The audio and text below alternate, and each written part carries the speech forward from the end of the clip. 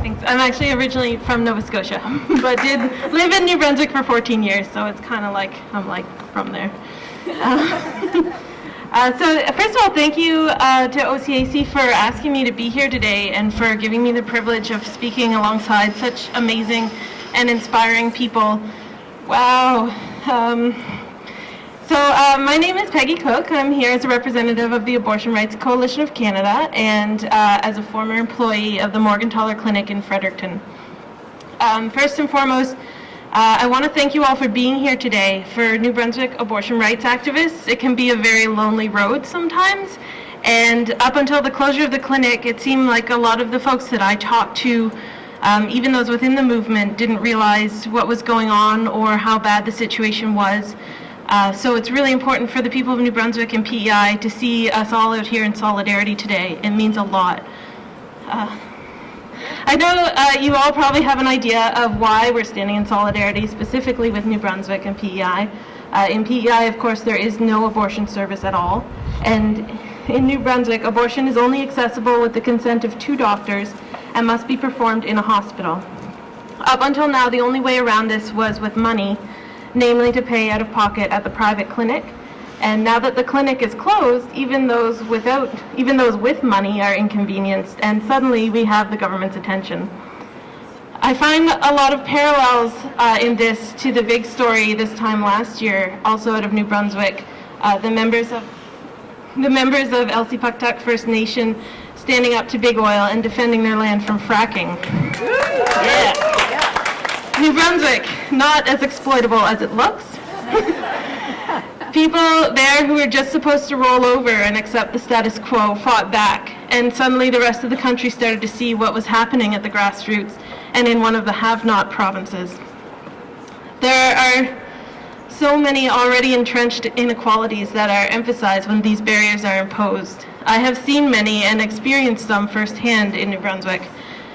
What are the consequences of requiring the consent of 2 doctors in a province desperately short on doctors, in which most people either have no family doctor or have an anti-choice doctor? What are the consequences of forcing someone to undergo what should be a 10-minute outpatient procedure in a hospital, losing a potential extra day of work in a province where most people work part-time jobs with no union representation and no protection? What are the consequences of putting limitations on who can access abortion in a province with minimal sexual health resources, uneven sexual education, no subsidized daycare, and a 50% literacy rate? I could tell you that the New Brunswick government is setting up a dangerous situation where pregnant people are at risk for physical injury and death by self-induced terminations and through escalation of existing family violence. But that situation would already exist without the added problem of abortion access. The 2-doctor rule is just one part of a much bigger social justice nightmare, but it is something that has caught the attention of the country, and we need to grab it and use it to hold the government accountable.